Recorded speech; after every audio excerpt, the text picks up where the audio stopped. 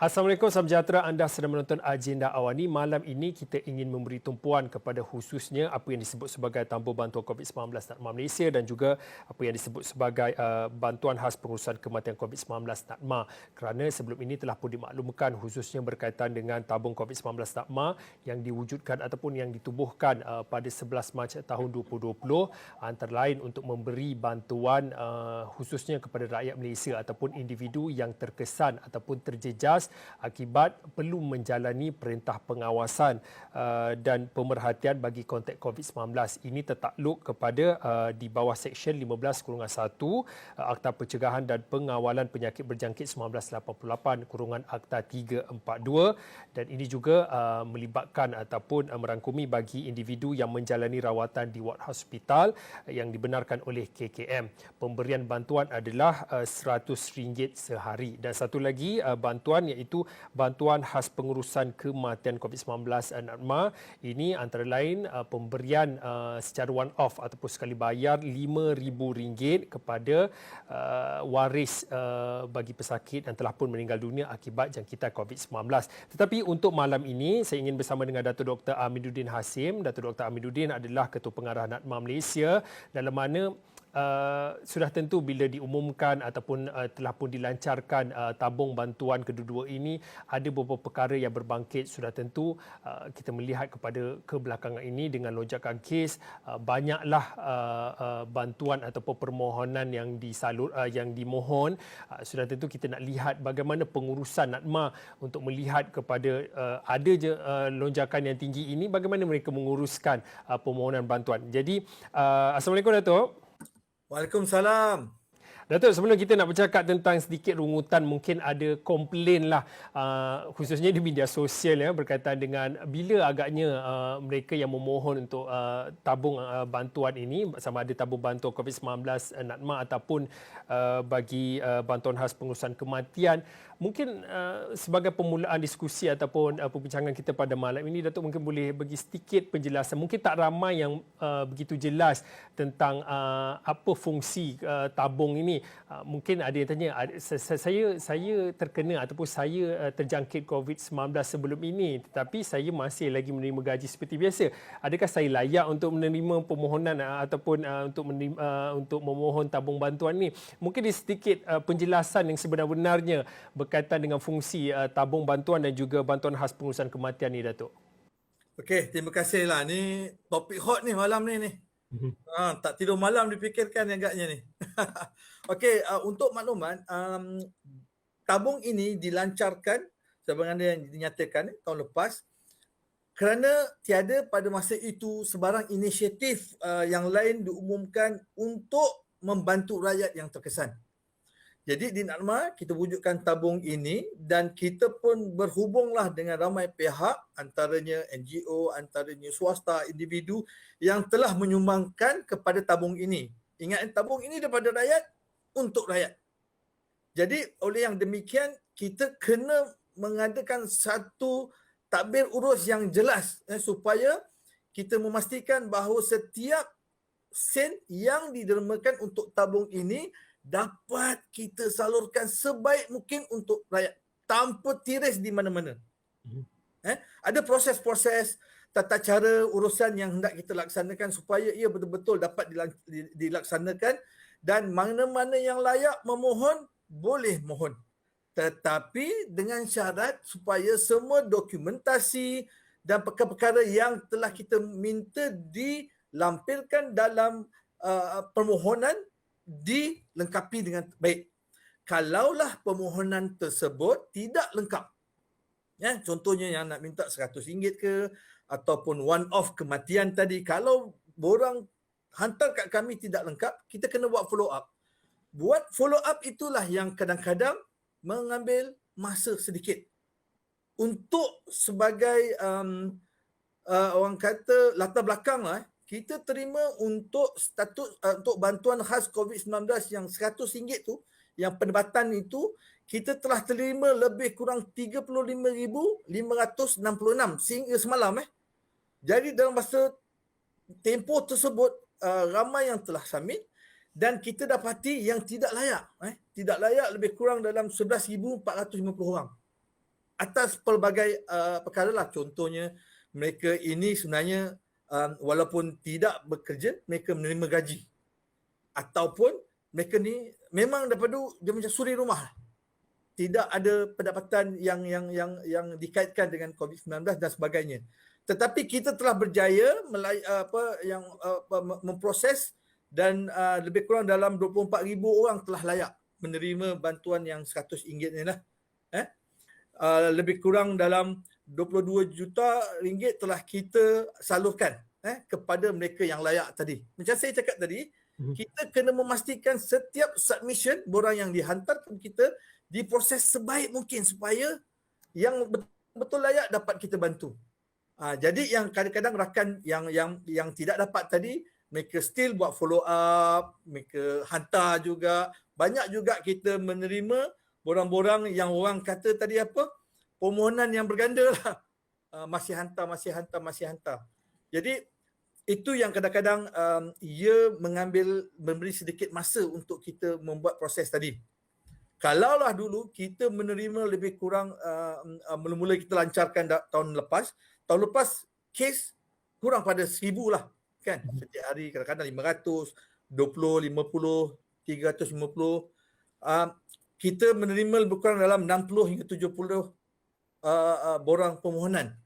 Tetapi pada masa ini dengan kes lebih daripada 20,000 setiap hari, kita menerima lebih kurang masam 250 hingga 300 borang setiap hari. Inilah yang kita akan proses. Kita akan proses, insya-Allah kita akan proses. Mana yang tak lengkap, kita kena buat follow up. Mana yang lengkap, kita proses terus dan boleh kita laksanakan pembayaran tadi. Itu yang berkaitan dengan RM100 yang kita cakap tadilah, 100 bantuan khas COVID. Dan untuk bantuan khas pengurusan kematian yang RM5,000 ni agak complicated sedikit yang ini. Kita tahu lebih kurang dalam 16,000 jumlah kematian yang telah dinyatakan oleh Kementerian Kesihatan Malaysia. Tetapi sehingga kini kita telah menerima permohonan sebanyak 4,311 sehingga semalam. Maksudnya di sini ramai lagi yang tidak memohon. Kalaulah rasanya ramai lagi nak memohon, walaupun kematian itu berlaku pada tahun lepas, by all means insya-Allah hantar dan kita akan proses sebab layak. Layak. Cuma dalam hal ini ada banyak perkara yang melewatkan pembayaran sebab kita hendak mendapat data yang boleh kita rujuk kepada Kementerian Kesihatan Malaysia. Ada juga rakan-rakan yang membuat permohonan borang yang tidak lengkap. Itu susah untuk kita membuat follow up. Ada juga kes-kes yang mana contohnya dia telah sihat, arwahnya telah sihat, dikeluarkan daripada hospital, maksudnya luar daripada fasiliti Kementerian Kesihatan, dan 5-6 hari selepas itu dia meninggal. Jadi anggapan mereka ialah arwah meninggal kerana COVID-19. Itu yang kita kena cek dengan Kementerian Kesihatan, apakah justifikasi tersebut boleh diterima. Sebab autoriti dalam hal ini ialah Kementerian Kesihatan. NAKMA mempunyai tanggungjawab untuk mencari sumber bagi tabung ini, kita proses dan kita keluarkanlah wang tersebut pada mereka yang layak. Datuk, minta maaf kalau saya nak mencelah. Mungkin tadi pun disebut tabung ni dari rakyat dan hujungnya pun untuk rakyat. Kalau diikutkan dengan jumlah yang permohonan dihantar lebih pada 35,000, tapi kalau jumlah yang tak layak ataupun permohonan ditolak lah, angkanya pun cukup besar, lebih pada 11,000. Setiap hari NATMA menerima lebih kurang 200 ke 300 permohonan sehari untuk diuruskan.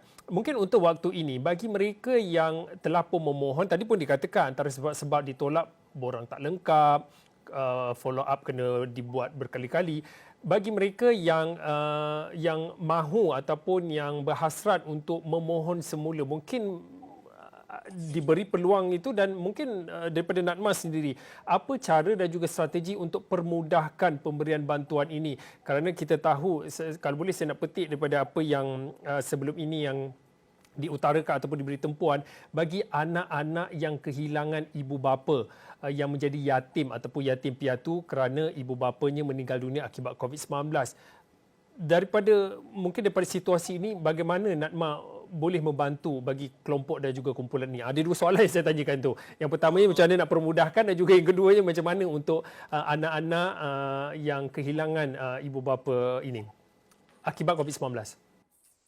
Kita kita address perkara yang agak dekat di hati kita lah, anak-anak yang telah kehilangan ibu bapa, yatim piatu disebabkan oleh COVID-19.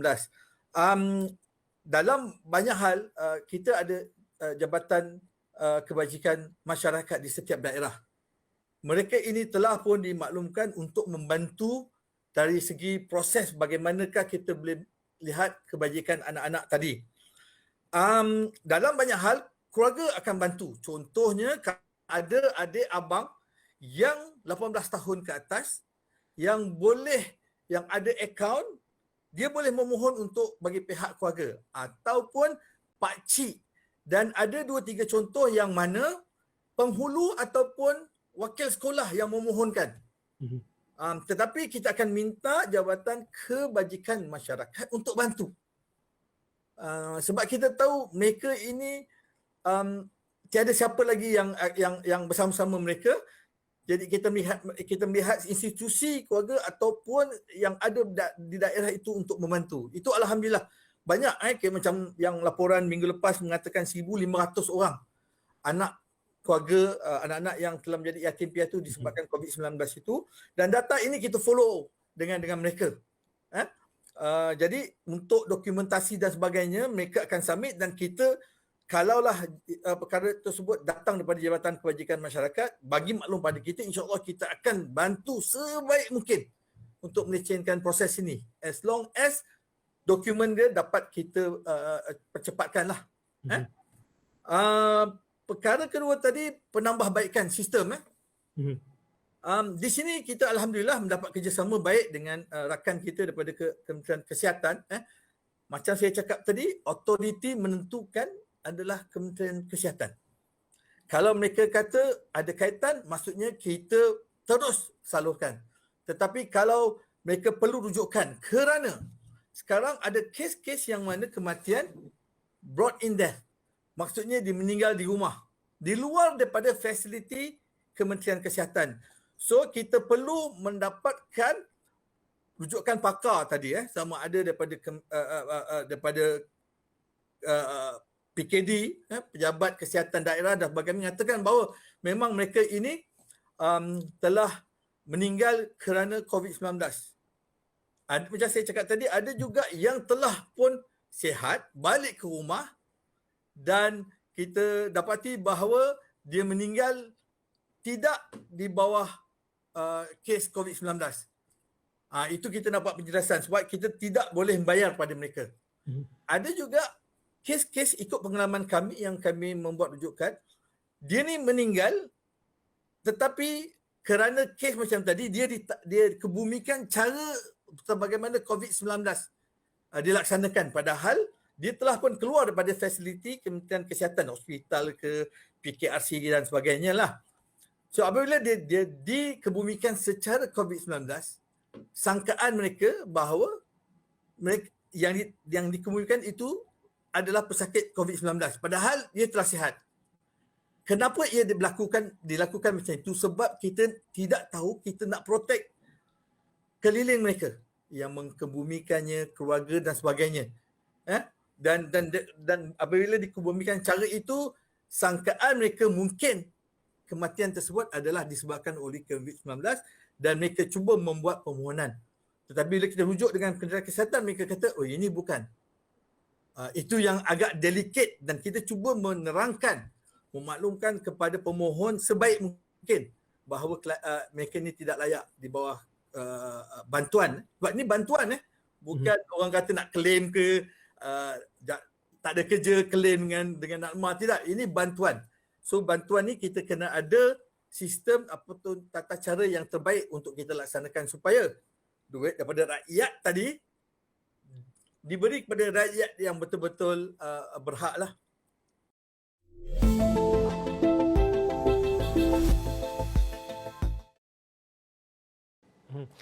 Datuk, mungkin pada waktu ini daripada situasi yang dikongsikan Datuk tadi, kita melihat kepada lonjakan kes kebelakang ini. Kita tahu kalau angka kematian pun dah melebihi pada 16,000, angka kes positif pun melebihi pada 1.7 juta dan pastinya akan meningkat hari demi hari.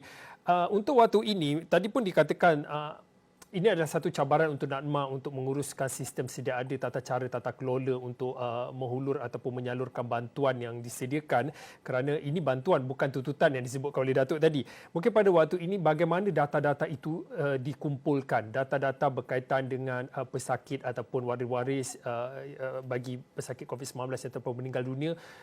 Mungkin boleh dikongsikan perkongsian data dan juga pengumpulan data yang dilakukan oleh NADMA supaya sistem ataupun agihan bantuan ini dapat disalurkan dengan betul dan juga tertib. Kita ada task force antara kami dengan Kementerian Kesihatan lah. Data itu sentiasa mereka cuba update. Tapi cabarannya macam saya nyatakan tadi, kalaulah kematian ataupun kejadian tersebut berlaku di luar fasiliti Kementerian Kesihatan yang boleh dipantau setiap hari. Kalau berlaku di rumah, kita kena buat sedikit postmortem, verifikasi bahawa kematian dia ada sekaitan dengan COVID-19. Kemudian barulah Kementerian Kesihatan boleh data masukkan ke dalam database yang boleh kita rujuk sama. Jadi itu berlaku antara dua pihak, kita bekerjasama. Tetapi cabarannya tetap adalah pengesahan tadi akan mengambil sedikit masa. Dan apabila mengambil sedikit masa, itu yang akan menyulitkan kita untuk menyalurkan bantuan tadi secepat mungkin. Kita masih menunggu lagi bahawa data dokumentasi tadi dapat diberikan pada kita. Kadang-kadang dokumentasi ini pun kita cuba permudahkan. Contohnya dahulu kita minta mereka post. Tapi dalam keadaan PKP dan sebagainya, nak post lagu mana kan? Sebab jabat pos pun tutup. Jabatan Pendaftaran Negara pun tutup. Jadi kita permudahkan. Boleh WhatsApp, boleh email. Tapi bila WhatsApp dengan email, ia mengambil sedikit masa untuk kita transferkan. Jadi satu dokumen yang sahih untuk kita proses. Kita cuba bantu sedapat yang mungkin. Cuma pemprosesan tadi akan mengambil sedikit masa apabila setiap hari kita sekarang pun ada banyak borang yang kita masih dalam proses. Dan kita pun sudah tambah kaki tangan dan sebagainya untuk memastikan prosesan ini dapat dilaksanakan secepat mungkin. Tetapi macam saya cakap tadi, tolong beri dokumen yang lengkap. Kalau tak lengkap, kita kena follow up, tunggu lagi. Saya tahu kadang-kadang pemohon yang ada sentiasa communicate dengan kita, dia kata dah submit semalam dah. Bila nyatakan saya submit 2 minggu yang lepas, kita pun cari 2 minggu lepas memang tak jumpalah borang tu kan. Jadi itu perkara-perkara yang kita sedang alami. Ini bukan saya nak cakap alasan, tetapi apa yang berlaku dan kita cuba menanganinya dengan task force yang kita bangunkan tadi. Kalaulah dulu 70-60 borang sehari, sekarang 300 satu hari. So setiap hari banyak lagi perkara-perkara yang permohonan yang kita terima, kita akan cuba menanganinya secara terbaiklah. Datuk, dalam kesempatan ini sambil-sambil kita bercakap dan juga memberi tumpuan kepada bantuan yang dikhususkan untuk mereka yang terjejas, itu tabung bantuan COVID-19 dan juga bantuan khas pengurusan kematian. Kalau bercakap tentang NADMA ni, sebenarnya fungsinya lebih besar dan sebenarnya banyak kerja yang NADMA perlu beri tumpuan. Kalau boleh pada waktu ini, kalau boleh saya nak masukkan sikitlah dalam diskusi dalam agenda Wani malam ini. Biasanya kita tahu NADMA ni kalau nak menjelang musim banjir lah ataupun musim terkujuh ataupun musim monsun timur laut, NADMA lah yang orang kata bersilat dahulu untuk bersiap siaga untuk menghadapi situasi ini. Tetapi kita tahu dalam pandemik ini sudah tentu cabaran untuk NADMA ini berganda, bencana dalam bencana kan. Mungkin pada waktu ini Datuk mungkin boleh kongsikan cabaran yang dihadapi oleh NADMA dan bagaimana NADMA menguruskan satu hal tentang pandemik COVID-19 ni, sebab PKRC pun di bawah pengurusan NATMA ya. Mungkin boleh dikongsikan cabaran kali ini cukup berbeza bagi NATMA sendiri sebagai agensi pengurusan bencana Malaysia ketika tempoh pandemik ini. Kita nak kaitkan bencana dengan bencana tadilah. Kita tahu setiap hujung tahun berlakunya orang panggil MTL, Monsun Timur Laut, ataupun musim tengkujuh. Dan bila musim tengkujuh ni, kita telah melaluinya tahun lepas. Kita dalam tahun lepas banyak PPS yang kita tubuhkan, pusat pemindahan sementara, yang mana kita wajibkan dengan syarat-syarat cara-cara SOP. You nak kena register MySejahteranya, dan kita nak kena pastikan bahawa penjarakan berlaku dalam keadaan bencana ni. Orang tengah kelang kabut dan sebagainya. Macam itu, masa itu jugalah kita nak menangani orang yang terkena dengan banjir ni. Tapi alhamdulillah tahun lepas kita telah dapat laksanakan dengan baik sekali. Kita dah wajibkan PPE sebab kali ini kita nak minta dibuat simulasi. Setiap negeri melaksanakan simulasi kalaulah berlaku tengkujuh, dan macam mana kita nak melaksanakannya dengan kerjasama daripada responder daripada APM, rela, bomba, polis dan sebagainya. So kita perlu buat laksanakan simulasi tadilah. Persiapan kali ini insya-Allah teratur juga.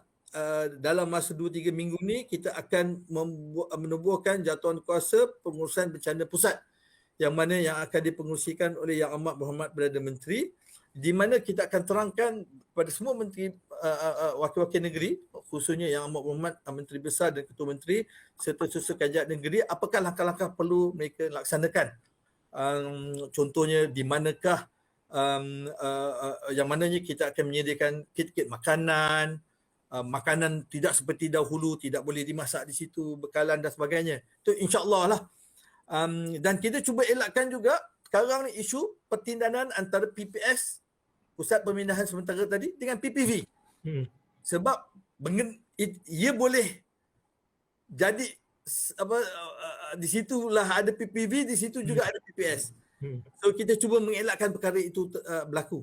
Dan alhamdulillah dalam perbincangan yang kita laksanakan baru-baru ini, kita akan cuba melaksanakan pusat pemindahan sementara tadi, PPS tadi, di institut latihan awam ataupun di sekolah-sekolah. Sebab kita ingat apabila berlakunya banjir nanti, yang akan menduduki kawasan PPS ini mungkin orang yang diarahkan untuk HXO. Ada positif ataupun kontak rapat, yang mana kita kena tahu mereka, data mereka, dan kita kena asingkan sementara mereka berada di pusat pemindahan sementara. Perkara itu kita lihat dan kita akan rancang sebaik mungkinlah. Itu satu. Dan bagaimanakah responder kita, APM, polis dan sebagainya hendak menghulurkan bantuan ataupun mengalihkan mereka yang terbabit dengan banjir tadi ke kawasan itu dengan cara mengamalkan SOP dan sebagainya, norma baru. Memang bencana dalam bencana lah ni orang kata. Tapi insya-Allah lah kita telah melaksanakan beberapa simulasi dan kita boleh agak comfortable mengatakan kita sudah sedia dan pihak-pihak responder semua sudah sedia. Kita pun juga mengendalikan PKRC. So kita pun sudah lihat PKRC ni supaya PKRC ni tidak berada di kawasan yang banjir lah. Kita ada lebih kurang dalam 122 PKRC yang diaruskan oleh NATMA. Itu pun mencabar jugalah keadaan sekarang. Sentiasalah tak cukup masa kalau bercakap dengan Datuk tentang kita cakap tentang fungsi NATMA ni, macam Datuk katakan tadi, sambil-sambil untuk melihat kepada fungsi untuk menguruskan 122 PKRC seluruh negara, dalam masa yang sama perlu bersiap sedia dengan ancaman bencana yang akan datang ini terkait dengan apa yang disebut tentang musim timur laut. Dan terima kasih kepada Datuk Dr. Amiruddin Hasim. Datuk Dr. Amiruddin adalah Ketua Pengarah NATMA Malaysia, yang mana mana pada awal tadi berkongsi tentang, kita bercakap tentang penyaluran, bagaimana nak permudahkan penyaluran bantuan di bawah tabung bantuan COVID-19 Nakmah Malaysia, dan kemudian dikongsikan juga tentang bantuan khas pengurusan kematian COVID-19. Saya kira itu saja untuk waktu ini. Agenda awal ini, saya Fauzin, kita jumpa lagi.